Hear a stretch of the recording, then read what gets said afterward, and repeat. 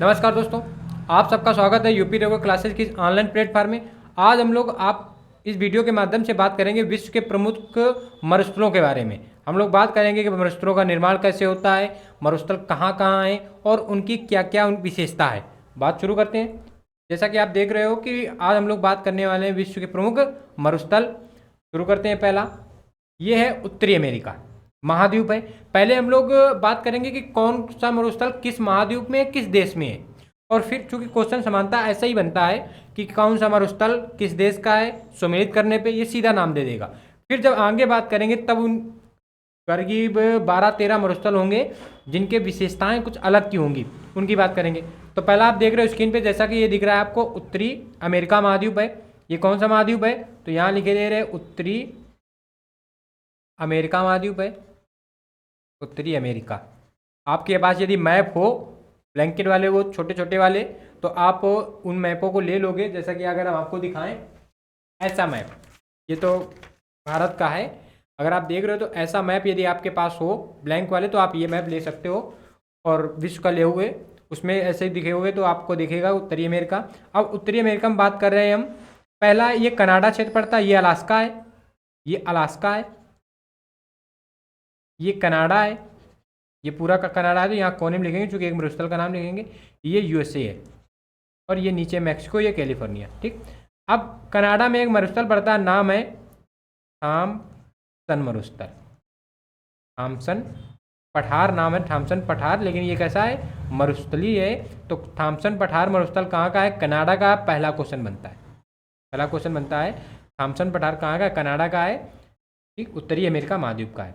फिर इसके बाद ग्रेट यूएसए में पड़ता है ग्रेट बेसिन, ग्रेट बेसिन। और ग्रेट बेसिन में दो नाम और निकल के आते हैं, आप दोनों नाम याद रखने हैं। एक नाम आता है ब्लैक रॉक, पूछेगा ब्लैक रॉक का संबंध किस देश से है? तो यूएसए से। और एक निश्चित ही ये अक्सर पूछेगा डेथ वैली, तो डेथ वैली का संबंध किससे है? यूएसए से। ठीक, ये किसके? ग्रेट बेसिन के हिस्से हैं। ग्रेट बेसिन के नीचे ही एक मरुस्थल पड़ता है, मरुस्थल का नाम आता है रेड डेजर्ट। डेजर्ट मीन्स होता है मरुस्थल, तो रेड डेजर्ट। ठीक। इसके बाद एक मरुस्थल और पड़ता है, एक नाम आता है कोलोरेडो कोलोरेडो मरुस्थल। कहाँ का? यूएसए का। इसी मरुस्थल के नीचे एक और मरुस्थल पड़ता है, नाम है मोजावे। मोजावे ऐसे क्रम पे देखते चलोगे। इसी के नीचे एक मरुस्थल और पड़ जाएगा, नाम है सोनेरन। सोनेरन।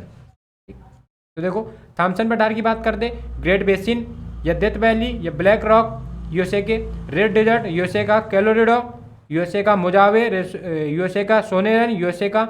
और यूएसए में एक और मरुस्थल पड़ता है, नाम है चिहुआहुआ।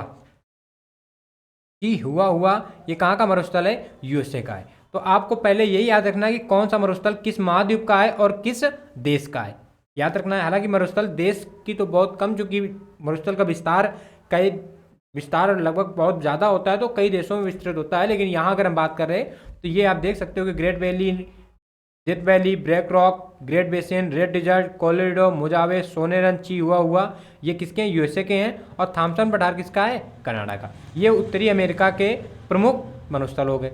आप इनको राइट डाउन कर सकते हो, मैप में राइट डाउन करना है, और नई मैप है तो आपको ऐसे ही मैप बना लेना है अपने रफ कॉपी पे और उसमें लिखना है। अगला ये आपको दिख रहा है दक्षिणी अमेरिका। अभी हमने बात की उत्तरी अमेरिका की, और इस पेज में हम लोग बात करेंगे दक्षिणी अमेरिका की। तो दक्षिणी अमेरिका में अगर हम बात करेंगे तो 3 प्रमुख मरुस्थलों की बात करेंगे। एक ये आपको दिख रहा है पेरू, पेरू लिखा है। इस पेरू में एक मरुस्थल पड़ता है, नाम है चेचुरा मरुस्थल। चेचुरा मरुस्थल कहाँ का है? पेरू का है। ठीक, ये आपको ऐसे दिख रहा है चिली और ये पेरू। तो चिली और पेरू में विस्तृत एक मरुस्थल है, ऐसे विस्तृत है, चिली में भी है, पेरू में भी है। इस मरुस्थल का नाम है अटाकामा। अटाकामा।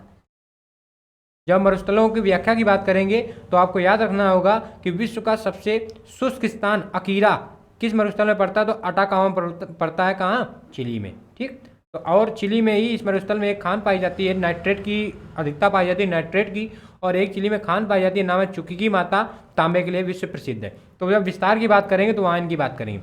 आप जैसा देख रहे हो अर्जेंटीना, अर्जेंटीना देख रहे हो और ये चिली देख रहे हो, ठीक। तो अर्जेंटीना और चिली के में विस्तारित एक मरुस्थल है, नाम है पेंटागोनिया। पेंटागोनिया मरुस्थल। पेंटागोनिया मरुस्थल कहाँ है? तो पेंटागोनिया मरुस्थल अर्जेंटीना और चिली में विस्तारित है। ज़्यादा विस्तार कहाँ है? तो पेंटागोनिया का अर्जेंटीना में है। आपसे ऐसे ही पूछ लेगा कि दक्षिण अमेरिका महाद्वीप के प्रमुख मरुस्थल कौन कौन से हैं? सेंचुरा, अटाकामा, पेंटागोनिया के अलावा जो आएगा वो ना होगा, ये 3 होंगे। तो यहाँ 3 मिलते हैं। अगले महाद्वीप की बात करें तो ये आपको दिख रहा है अफ्रीका महाद्वीप। अफ्रीका महाद्वीप के प्रमुख मरुस्थल हैं, इनके हैं तो करीब 8-9 मरुस्थल, लेकिन 3-4 मरुस्थलों की व्याख्या हम पढ़ेंगे। पहला मरुस्थल, महत्वपूर्ण मरुस्थल निकल गया था, विश्व का सबसे बड़ा मरुस्थल, और निकल गया था सहारा मरुस्थल।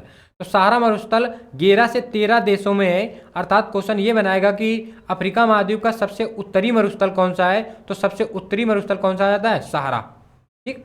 अब आपको दिख रहा होगा माली, और यदि आप करंट में क्वेश्चन पढ़ रहे होगे तो माली में क्या हुआ है कि माली अफ्रीका महाद्वीप का देश है जिसने सुरक्षा परिषद, यूएनओ का एक अंग है सुरक्षा परिषद, उसके तहत जो सैनिक तैयार किए जाते हैं उन्हें पीस कीपिंग कहा जाता है। तो इसने अपने देश से पीस कीपरों को हटाने की बात कही है और हटाए भी जा रहे हैं, ठीक। ये माली देश बना है। तो माली और माली के बगल में पड़ता है मोरतोनिया देश पड़ता है। इन दोनों में एक विस्तारित है, उसका नाम है अल जफ मरुस्थल। ये कहाँ का है? अफ्रीका महाद्वीप का माली और मोरतोनिया देश में विस्तारित है अल जफ, ठीक। माली के बाद आपको नाइजर के बाद आपको चाड दिख रहा है। इस चाड में एक मरुस्थल पड़ता है, नाम है जुराब मरुस्थल। क्या नाम है? जुराब मरुस्थल, ठीक। दूसरा अगर हम लोग और अगर बात करें तो ये आपको सूडान दिख रहा है, सूडान के दक्षिणी उत्तरी दोनों सूडानों में, और ये पड़ रहा है इरिट्रिया, ठीक। तो ये उत्तरी सूडान का ये उत्तरी सूडान, और ये पड़ रहा है इरिट्रिया। उत्तरी सूडान और इरिट्रिया में एक मरुस्थल का विस्तार है। इस मरुस्थल का नाम है नुबियन मरुस्थल। तो नुबियन मरुस्थल का विस्तार उत्तरी सूडान और इरिट्रिया देश में है। इरिट्रिया और उत्तरी सूडान में किसका है? नुबियन का, ठीक। ये सूडान आपको दक्षिणी सूडान पड़ रहा है, तो ये सूडान पड़ रहा है। ये सूडान में एक मरुस्थल है, नाम है उस मरुस्थल का, यहाँ पे लिख देंगे, थोड़ा स्थान खाली है, नाम है बुयादा मरुस्थल। क्या नाम है? बुयादा मरुस्थल, ठीक। अब आप देखोगे, आपको दिख रहा है ये अंगोला, नामीबिया, और ये दिख रहा है, क्या दिख रहा है आपको? साउथ अफ्रीका, ठीक। तो अंगोला, नामीबिया और साउथ अफ्रीका में एक मरुस्थल का विस्तार है, और इसका नाम है नाबीब मरुस्थल। ये कहाँ का है? अफ्रीका महाद्वीप का नाबीब मरुस्थल है, ठीक। और अफ्रीका महाद्वीप का दक्षिणी मरुस्थल कौन सा, जिसका विस्तार बोत्सवाना, नामीबिया और साउथ अफ्रीका में है, ऐसे करके विस्तारित है ये। इसका नाम है कालाहारी मरुस्थल। जब हम बात करेंगे कि मरुस्थलों का निर्माण कैसे होता है, तब हम बात करेंगे कालाहारी मरुस्थल का निर्माण हुआ है वेंगुला की ठंडी जलधारा से, और सारा मरुस्थल का निर्माण हुआ है कैनारी की ठंडी जलधारा से। ऐसे हम बात करेंगे, लास्ट में 4-5 शब्द लिखेंगे जिनके तहत उसकी बात करेंगे, ठीक। अगला आप इसको राइट डाउन कर लोगे, उस करके वीडियो को इसको राइट डाउन कर लेना है और आगे बात करें। ये दिख रहा है विश्व का, ठीक। विश्व का हमने स्पेस लिया कि अब एशिया महाद्वीप के हमें पढ़ने हैं, एशिया महाद्वीप के, ठीक। अब देखोगे यहाँ से हम लोग शुरू करेंगे। ये दिख रहा है रूस के नीचे दिख रहा है मंगोलिया, के बगल में चीन, ये मंगोलिया। तो मंगोलिया और चीन में एक मरुस्थल का विस्तार है, नाम है गोबी मरुस्थल। मंगोलिया और चीन का है, बोलते जा रहे हैं, आप लिख सकते हो मंगोलिया और चीन, कौन है? गोबी मरुस्थल, ठीक। इसके बाद कुन्नुल पहाड़ियों के ऊपर ये भारत पड़ता है, भारत के ऊपर काराकोरम पर्वत श्रृंखला, उसके ऊपर कुन्नुल पहाड़ियाँ, उसके तिब्बत। तो तिब्बत और कुन्नुल पहाड़ियों में कुन्नुल पहाड़ियाँ और तिब्बत के मध्य में 2 मरुस्थल पड़ते हैं। एक मरुस्थल का नाम है लोप मरुस्थल, ये भी चीन का है, और एक मरुस्थल का नाम है तकला मकान मरुस्थल, ये भी किसका है? चीन का। देश का नाम नहीं लिख रहे हैं, आप देख सकते हो कि लोप मरुस्थल चीन का है, हम बोल रहे हैं, आप लिख लोगे। और तकला मकान भी किसका है? चीन का है। सीधे आपसे पूछेगा कि सुमेलित करने में हम क्वेश्चनों की भी बात करेंगे, तो आप तब समझ में आपको आएगा क्वेश्चन कैसे पूछता है, ठीक। इसके बाद जैसे ही चीन से हम लोग चलते हैं, पश्चिम की तरफ चलते हैं, तो भारत से ऊपर ऐसे निकल के जाएंगे, क्योंकि भारत से तो चीन को हम आने ना देंगे। तो भारत के ऊपर और पाकिस्तान के मध्य चीन ने सीमा रेखा बना रखी है, सड़क बना रखी है, और ये किसको काट के बनाई है, तो ये अफगानिस्तान की सीमा को काट के इसने बनाई है। तो अफगानिस्तान में एक मरुस्थल पड़ता है, नाम है दस्त ए मार्गो मरुस्थल। तो दस्त ए मार्गो मरुस्थल कहाँ का है, तो अफगानिस्तान का है, अफगानिस्तान का है दस्त ए मार्गो मरुस्थल। ठीक, आप यहाँ देख सकते हो इसको, दस्त ए मार्गो को अगर हम रब करने के लिए ये लिखेंगे, आप देखोगे यहाँ लिखेंगे हम लोग कि दस्त ए मार्गो मरुस्थल कहाँ है, तो दस्त ए मार्गो मरुस्थल अफगानिस्तान में। ये अफगानिस्तान हरा हरा आपको दिख रहा है, यहाँ लिख देंगे दस्त ए मार्गो कहाँ का है, अफगानिस्तान का है। ठीक, अफगानिस्तान के बाद जैसे हमने पाकिस्तान में प्रवेश किया, तो पाकिस्तान का एक मरुस्थल है, नाम है खरान मरुस्थल। कौन सा, खरान, ये खा बना है। खरान मरुस्थल कहाँ का है, पाकिस्तान का। पाकिस्तान और भारत में एक विस्तारित मरुस्थल है जो विश्व में सर्वाधिक जनघनत्व के नाम से जाना जाता है, तो थार का मरुस्थल। यानी ऐसे कौन सा मरुस्थल है जिसमें ज़्यादा लोग निवास करते हैं, तो थार के मरुस्थल में सर्वाधिक लोग निवास करते हैं, अन्यथा मरुस्थल में लोग रह कहाँ पाएंगे। ठीक, कई सारी चीज़ों की उपलब्धता नहीं हो पाती। तो थार का मरुस्थल कहाँ है, भारत और पाकिस्तान में विस्तार कहाँ है, सबसे ज़्यादा भारत में। खरान मरुस्थल पूर्णतया पाकिस्तान का है। जैसे पाकिस्तान को क्रॉस करेंगे हम लोग, पड़ता है ईरान। ईरान में 2 मरुस्थल पड़ते हैं, ईरान देश में, और ईरान देश में 2 मरुस्थल, एक का नाम है दस्त ए लुत मरुस्थल और एक का नाम है दस्त ए काबीर मरुस्थल। तो दस्त ए लुत और दस्त ए काबीर मरुस्थल ये कहाँ के हैं, ईरान के हैं, याद रखोगे।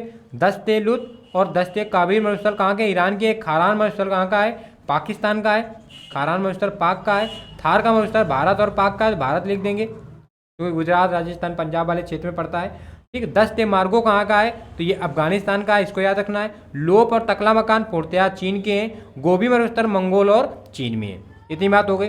अब आप देख सकते हो, हम दूसरे मैप में चलेंगे। अब ये यहाँ पे आपको ये देश पड़ रहा है मिस्र, और इसी मिस्र के बगल में पड़ता है इजराइल, और इसी इजराइल और वेस्ट बैंक, फिलीपींस वगैरह देश पड़ते हैं। तो देखो, इजराइल में 2 हैं, एक का नाम है जुदियन मरुस्थल। ठीक, ये जुदियन मरुस्थल इजराइल और वेस्ट बैंक में विस्तारित है। वेस्ट बैंक, गाजा पट्टी, वेस्ट बैंक, फिलिस्तीन विवाद आपने सुना होगा तो पता होगा निश्चित ही। ठीक, इसके बाद एक मरुस्थल पड़ता है जो पूर्णतः इजराइल का है, नेवेद मरुस्थल। तो नेवेद मरुस्थल कहाँ का है, यहाँ पे लिख दें नेवेद मरुस्थल। तो नेवेद, हो सकता है कि इधर उधर थोड़ा बहुत एक आध शब्द मिस हो जाए, तो आप माइंड ना करना। नेवेद की जगह नेवेद होगा, नवेद होगा, तो माइंड ना करना। ठीक, नेवेद मरुस्थल कहाँ का है, तो ये पूर्णतया इजराइल का है। नेवेद कहाँ का है, पूर्णतया इजराइल का है।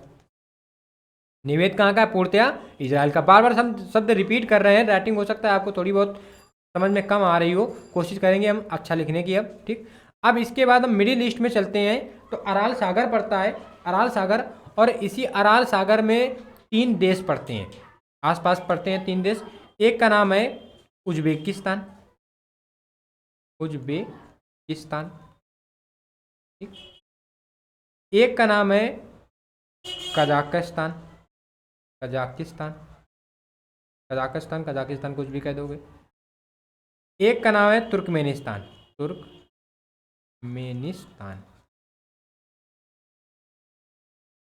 3 देश हमने लिखे मिडिल ईस्ट के। उज्बेकिस्तान, कजाकिस्तान, तुर्कमेनिस्तान के मध्य एक पड़ता है मरुस्थल, इन तीनों के मध्य पड़ता है, तीनों में विस्तार है, उसका नाम है किजिल कुम मरुस्थल। किजिल कुम कहाँ पड़ता है, तो उज्बेकिस्तान, कजाकिस्तान और तुर्कमेनिस्तान तीनों में पड़ता है, लिख लोगे आप। कजाकिस्तान और तुर्कमेनिस्तान में एक मरुस्थल पड़ता है, इस दोनों में, यहाँ से हम ऐसे ले चलेंगे इसको, ऐसे यहाँ लिख देंगे। कजाकिस्तान और तुर्कमेनिस्तान में जो मरुस्थल पड़ता है, नाम है काराकुम मरुस्थल। काराकुम का मतलब काली मिट्टी, किजिलकुम का मतलब होता है लाल मिट्टी। तो काराकुम मरुस्थल कहाँ का है, तो कजाकिस्तान और तुर्कमेनिस्तान का है। किजिलकुम मरुस्थल कहाँ का है, तो उज्बेकिस्तान, कजाकिस्तान और तुर्कमेनिस्तान का है। ये अपने एशिया महाद्वीप के प्रमुख मरुस्थल हो गए। ठीक, इस पेज में आपने देखा है और कुछ आपने इस पेज में देखा है। अब हम लोग बात करते हैं ऑस्ट्रेलिया महाद्वीप के। जैसा कि आप देख सकते हो कि ऑस्ट्रेलिया महाद्वीप 6 प्रांतों में विभाजित होता है। ठीक, ये क्यूसीलैंड, न्यू साउथ वेल्स, विक्टोरिया। हम एरो एरो बनाते जाएंगे, लिखेंगे ना, चूंकि मरुस्थल हम लिखेंगे। ये दक्षिणी ऑस्ट्रेलिया, उत्तरी ऑस्ट्रेलिया, पश्चिमी ऑस्ट्रेलिया। याद रहेगा, प्रांत 6 प्रांतों में है, और जब इसके साथ तस्मानिया जुड़ जाता है तो ये महाद्वीप बन जाता है। अब देखो यहाँ पे 7 मरुस्थलों की बात करता है। एक है तमामी मरुस्थल।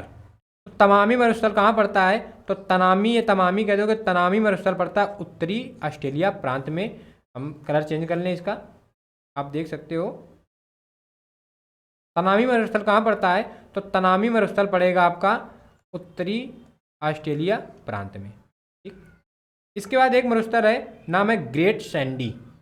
ग्रेट सैंडी,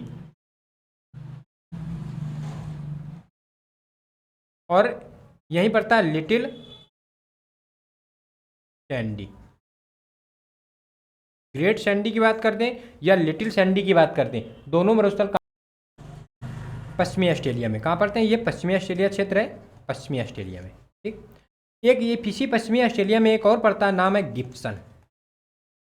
गिब्सन कहाँ पड़ता है? पश्चिमी ऑस्ट्रेलिया में। हम बात करेंगे इनके, गिब्सन की बात करेंगे, ग्रेट सैंडी की बात करेंगे, गिब्सन की बात करेंगे, क्योंकि अब ऑस्ट्रेलिया में टेल्फर खान, निफ्टी खान ऐसी पाई जाती है जो तांबे और सोने के लिए प्रसिद्ध हैं। तो किस मरुस्थल में पाई जाती है वो महत्वपूर्ण बनता है। ठीक, एक पड़ता है विक्टोरिया। तो विक्टोरिया मरुस्थल पड़ता है, तो इसको आप देख सकते हो, इसका कलर चेंज करना पड़ेगा आप अपने को। इसके लिए ये कलर ले लेंगे। तो विक्टोरिया मरुस्थल पड़ता है पश्चिमी प्रांत और दक्षिणी प्रांत के मध्य पड़ता है, विस्तार है विक्टोरिया मरुस्थल। विक्टोरिया मरुस्थल कहाँ पड़ता है? दक्षिणी और पश्चिमी। ठीक, इसके बाद एक मरुस्थल पड़ता है जो क्यूसीलैंड, दक्षिणी ऑस्ट्रेलिया और न्यू साउथ वेल्स, इनमें विस्तारित है ऐसे करके। इसका नाम है सिम्पसन। सिम्पसन मरुस्थल। सिम्पसन मरुस्थल। एक मरुस्थल पड़ता है जिसका विस्तार न्यू साउथ वेल्स, ये न्यू साउथ वेल्स, सॉरी ये न्यू साउथ वेल्स है, ये न्यू साउथ वेल्स, ये क्यूसीलैंड, न्यू साउथ वेल्स, दक्षिणी ऑस्ट्रेलिया, और ये विक्टोरिया प्रांत में पड़ता है। इसका नाम है स्ट्रेलेट मरुस्थल। स्ट्रेलेट मरुस्थल ये कहाँ पड़ता है? तो ये भी ऑस्ट्रेलिया में पड़ता है। कहाँ पड़ता है? तो विक्टोरिया प्रांत, न्यू साउथ वेल्स प्रांत और दक्षिणी ऑस्ट्रेलिया प्रांत में इसका विस्तार है। तो ऑस्ट्रेलिया महाद्वीप के एक स्ट्रेलेट मरुस्थल हो गया, सिम्पसन हो गया, तनामी, ग्रेट सैंडी, ग्रेट लिटी, गिब्सन और विक्टोरिया मरुस्थल। और अफ्रीका ऑस्ट्रेलिया महाद्वीप को प्यासी भूमि का देश भी कहा जाता है, क्योंकि जो मरुस्थल हैं वो ज़्यादा इसमें है, क्षेत्रफल के हिसाब से मरुस्थल इसमें ज़्यादा है। ठीक, आगे हम बात कर रहे हैं।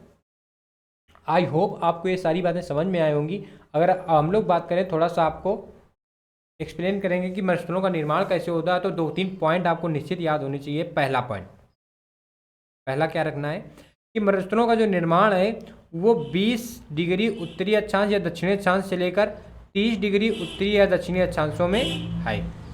उत्तरी गोलार्ध और दक्षिणी गोलार्ध में अधिकतर। ठीक, इसमें विस्तारित जो मरुस्थल है उनको कहा था उष्णकटिबंधीय मरुस्थल। उष्णकटिबंधीय। ठीक, इससे जो ऊपर मरुस्थलों का विस्तार है, जैसे गोबी मरुस्थल की बात कर रहे हैं, हमने बात की थी तकला मकान वगैरह की, तो इनको कहा जाता है शीतोष्णकटिबंधीय मरुस्थल कहा जाता है। इनका क्षेत्रफल कम है, इनका क्षेत्रफल, इनकी संख्या कम है। सर्वाधिक संख्या किनके हैं? उष्णकटिबंधीय मरुस्थलों की संख्या है। कहाँ से? 20 से 30 में सर्वाधिक होती हैं। दूसरा, भूगोलवेत्ताओं ने बताया कि मरुस्थल का निर्माण वहाँ होता है जहाँ वर्षा जो होगी वो 25 सेंटीमीटर से भी कम होगी। तो दूसरा फैक्ट याद रखना। तीसरा क्या याद रखना है कि महासागरों की ठंडी जलधाराओं से, महासागरों की ठंडी जलधाराओं से भी मरुस्थलों का निर्माण होता है। हम बात करेंगे नेक्स्ट वीडियो पे बात करेंगे, लेकिन इसमें ना बात करेंगे कि जैसे हम बात करेंगे कि जो अटाकामा मरुस्थल है इसका निर्माण कैसे हुआ है, तो अटाकामा मरुस्थल का निर्माण हम्बोल्ट की जलधारा से हुआ है। कनारी की जलधारा से किसका निर्माण हुआ? तो कनारी की जलधारा से सारा मरुस्थल का निर्माण हुआ है। काला आरी का निर्माण किससे हुआ है? तो बेंगुला की ठंडी जलधारा से हुआ है। ऐसे हम जलधाराओं से करीब 8-9 मरुस्थलों की बात करेंगे। दूसरा, मरुस्थलों का निर्माण जलवायु या मानसून से भी होता है। मानसून से होता है। अब मानसून का उदाहरण कैसे आपको समझ में आएगा? थोड़ा सा हम बनाने करेंगे कोशिश। ये भारत अपना है और भारत में ये अरावली पर्वत श्रृंखला पड़ती है। ठीक, इधर क्या पड़ता है, थार का मरुस्थल। और आपने जब मानसून टॉपिक पढ़ा होगा, जलवायु टॉपिक पढ़ा होगा, तो अरब सागर से उठने वाला मानसून बहुत ज़्यादा होता है, लेकिन इसे बरसाने के लिए, रोकने के लिए कोई पर्वत श्रृंखला नहीं होती है। तो ये यहाँ से उठा और सीधे ऐसे चला गया, ऐसे यहाँ पे टकराया। जहाँ पे टकराता है तो गुजरात का वो पालनपुर क्षेत्र पड़ता है। तभी आप सुनते होंगे गुजरात में अक्सर जब बारिश होती है तो गुजरात डूब, मतलब गुजरात की गलियाँ बाढ़ आ जाती है। तो ये अरब सागर से उठने वाले मानसून के कारण है। और जब ये इतना टकराया तो पालनपुर के, मतलब गुजरात वाले क्षेत्र में वर्षा कर दी, इसके बाद ये सीधे निकल गया। तो ये वाला क्षेत्र मरुस्थलीय क्षेत्र बन गया, ये वाला क्षेत्र मरुस्थलीय क्षेत्र बन गया। यानी मानसून का भी तो प्रभाव है, जलवायु का भी तो प्रभाव है, इससे भी मानसून बनते हैं। ठीक, दूसरा एक महत्वपूर्ण फैक्टर याद रखना है कि व्यापारिक पौने भी इनके निर्माण में सहायक होती हैं। यानी मरुस्थलों का निर्माण व्यापारिक पवनों से भी होता है। ये कैसे होता है कि अगर हम यहाँ पे ग्लोब में बात कर रहे हैं, यहाँ पे हम ग्लोब में बात कर रहे हैं, ये भूमध्य रेखा है, केवल व्यापारिक पवनों की बात करेंगे, ये 30 से 35 डिग्री अक्षांश है, उत्तरी और दक्षिणी। तो व्यापारिक पवनों की दिशा उत्तरी गोलार्ध में उत्तर पूर्व से दक्षिण पश्चिम की ओर ऐसे होती है, पूछता है, और दक्षिणी गोलार्ध में दक्षिण पूर्व से उत्तर पश्चिम की ओर होती है। तो व्यापारिक पवनों की दिशा उत्तरी गोलार्ध में उत्तर पूर्व से दक्षिण पश्चिम की ओर, दक्षिणी गोलार्ध में दक्षिण पूर्व से उत्तर पश्चिम की ओर, इसके कारण भी इनका निर्माण होता है। ठीक, तो इस वीडियो में हम लोगों ने बात की है प्रमुख मरुस्थलों की। अगले वीडियो में जब भी होगा तो हम लोग बात करेंगे इन करीब 12-13 मरुस्थलों के बारे में, जिनसे क्वेश्चन अक्सर बनता है। क्योंकि अभी हमने बात नहीं की है कि हिमाद प्रकार का मरुस्थल कौन सा है, रेत प्रकार का मरुस्थल कौन सा है, अर्घ प्रकार का मरुस्थल कौन सा है, इसकी बात अभी हमने नहीं की है। ठीक, इसके बाद किस मरुस्थल में कौन सी जनजाति पाई जाती है, जो अक्सर एग्जाम में पूछी जाती है, उसकी बात हमने नहीं की है। ये सारी चर्चाएं और कुछ महत्वपूर्ण क्वेश्चन अगले वीडियो में लेके आएंगे। तब तक आप सब अपनी पढ़ाई करते रहिए। आई होप आपको ये वीडियो बहुत अच्छा लगा होगा। आप कमेंट बॉक्स में अपनी बात रख सकते हैं। और हाँ, वीडियो को अंत तक देखिएगा, देख ही रहे होंगे। इसका लाइक बटन जरूर करिएगा, और यदि आपने चैनल को सब्सक्राइब नहीं किया है तो प्लीज़ चैनल को सब्सक्राइब करिएगा। मिलते हैं नेक्स्ट वीडियो पे, तब तक के लिए नमस्कार, वंदे मातरम, जय हिंद।